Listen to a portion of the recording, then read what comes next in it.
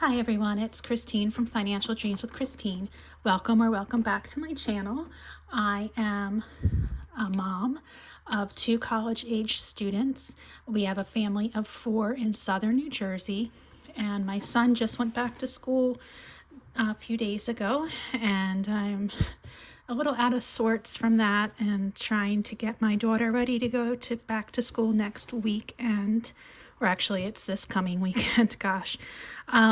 So today what I'm going to be doing is going over my expenses for this last week. I am talking about the 18th through the 24th, and I have had a very spendy month, mostly because of back to college expenses.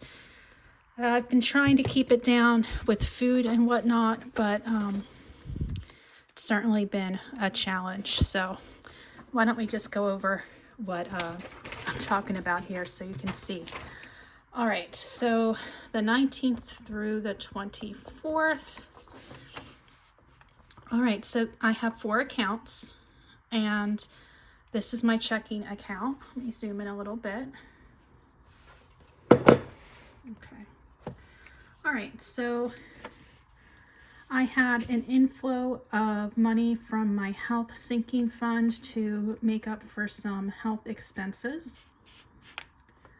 My husband reimbursed me for some expenses, which were my daughter's parking permit at school and boots for my son. All right, for my son, I am reimbursing him money that he put out for a doctor's appointment. I did get money back, so I wanted to reimburse him. My daughter received a scholarship, and I transferred that money into the sinking fund for her scholarship so we can use it next semester. I had an eBay payout of $23.51. Disney Plus came out for $14.92. I had a reimbursement from my flexible savings account for $250. And you can see here that I am reimbursing my son that $250. That adds up to $250. So that was the second part of it. And then my daughter bought a textbook on my Amazon account and reimbursed me with her money. So that was what was going on with my spending in my checking account. Nothing was really unplanned for me. The streaming, and then I just had money moving in and out of savings, or people reimbursing me, or me reimbursing others. So there wasn't really much spending in that account. However, there's a lot of spending in other accounts. This is my Chase Freedom Card, which I use for the bonus on groceries and gas. All right, so in the food category, there was a trip to ShopRite for $72.94. The day before we left to take my son to school, I made a quick trip and I guess I was stress buying, because I was just buying him some extra things that I thought he might need, like snacks for his dorm room and such. So I spent $47.74. When I came home, I made a trip to Lidl. I've been informed that it is not pronounced Lidl, which is going to be tricky for me to get out of my head since I've always thought it was that way, but I'm going to try. Lidl for $89.57. And I did take something back to ShopRite that was bought in error, so I did receive a refund of $4.25. All right, so really my 2 grocery trips would have been $72.94 and $89.57. That $47.74 is like an anomaly. That was college-based things for my son. All right, now this account excuse me, is my Chase Sapphire account, which is my travel credit card. And I build up points here, and I can use those points for different travel partners, like airlines, hotels, and such. So Spotify came out as expected for $18.12. And then we have some college expenses here. We have Amazon for $36.14. Another purchase for $15.98. And this was the textbook my daughter bought for $74.05, which you might remember from my other account, she did reimburse me for. So, funny story about that. This $15.98. My daughter came downstairs with her computer and said, "Mom, can you reactivate your Amazon Prime subscription?" And she told me she needed a textbook and she needed Prime because she needed to have it delivered by a certain time. So I went in and went ahead and reactivated the account for the month. I think it, whatever it was, it came out to $15.98. 2 minutes later, she said, "Oh, I didn't need Amazon Prime anyway because the shipping wasn't through Prime." So she paid whatever extra shipping to get the book here on time. So basically, I activated that for no reason. But I guess if we need anything in the next month, I won't feel bad about it because I will have that Prime subscription. Now, my last account is this new Citi card, which I'm trying to accumulate $2,500 by October, like the middle or end of October, for a bonus for American Airlines points. We are traveling out of the country December 2025. So I'm looking to get those points so that we can get a free flight. Anyway, some more college expenses at Dollar General for $14.82. Then at first I had figured this might be a college expense, but I shifted it to just food. It was out to dinner.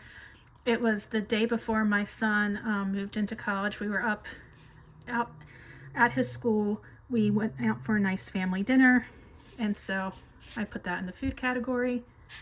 And then on the way home from dropping him off and moving him in, my husband and I had to stop at this rest stop in New York, and my husband went to Shake Shack and I went to Chick-fil-A. So that was another food expense. So those were the expenses. You can see that there's a lot of, these college expenses that are going to hopefully disappear once September rolls around, because if not, I'm in trouble. All right, so here we go. As of the 18th, I had $552.08 remaining in my grocery category. And a lot of that is going to be eaten up this week because I had that emergency stress run for my son. We had the dinner, we had the Chick-fil-A, and we had 2 regular grocery trips. So let's see what the damage was. So the dinner was $108.68 and the Chick-fil-A was $14.68. My trip to Lidl was $89.57. The emergency stress trip was $47.74. And the trip to ShopRite was $72.94. So I spent, oh my goodness, $333.61. And we'll subtract that from $552.08. That leaves me with a remaining balance of $218.47. That should get me through the end of the month. I am thinking that we will be going out to dinner the night before my daughter moves into school. So let's say that's $100. I know we're probably going to order some sushi before my daughter goes back to school. Maybe that's $140. Let's see.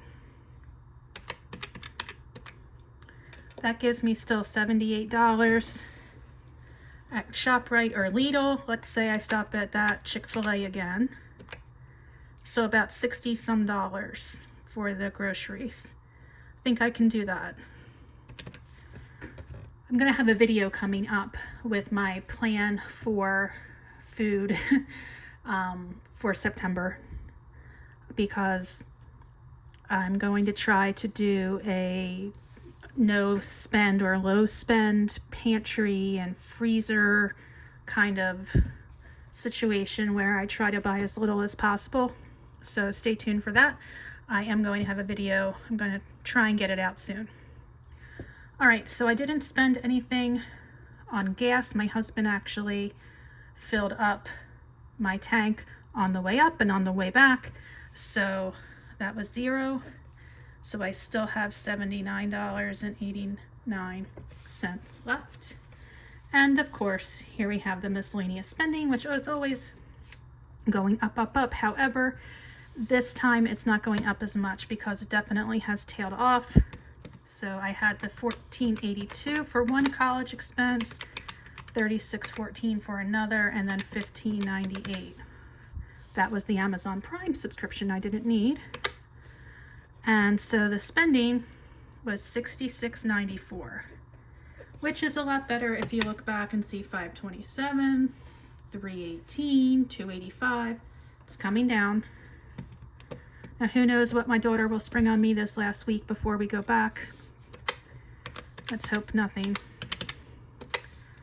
All right, so my total spending then is over $998.68. So, isn't that fun? Super fun. All right, my friends, we'll see what the next week holds. Obviously, I'm over budget. The point of this now is to see if I can keep under my grocery budget for the month. I know I'm going to need gas because I have my tank is under a quarter and it says I have 50 miles to go. So yeah, I need gas soon. So we'll see what happens. But as always, I hope you're having a nice day, a wonderful weekend whenever you are watching this. I hope that you are well and that you're taking care of yourself. Have a great day. I'll talk to you soon. Bye.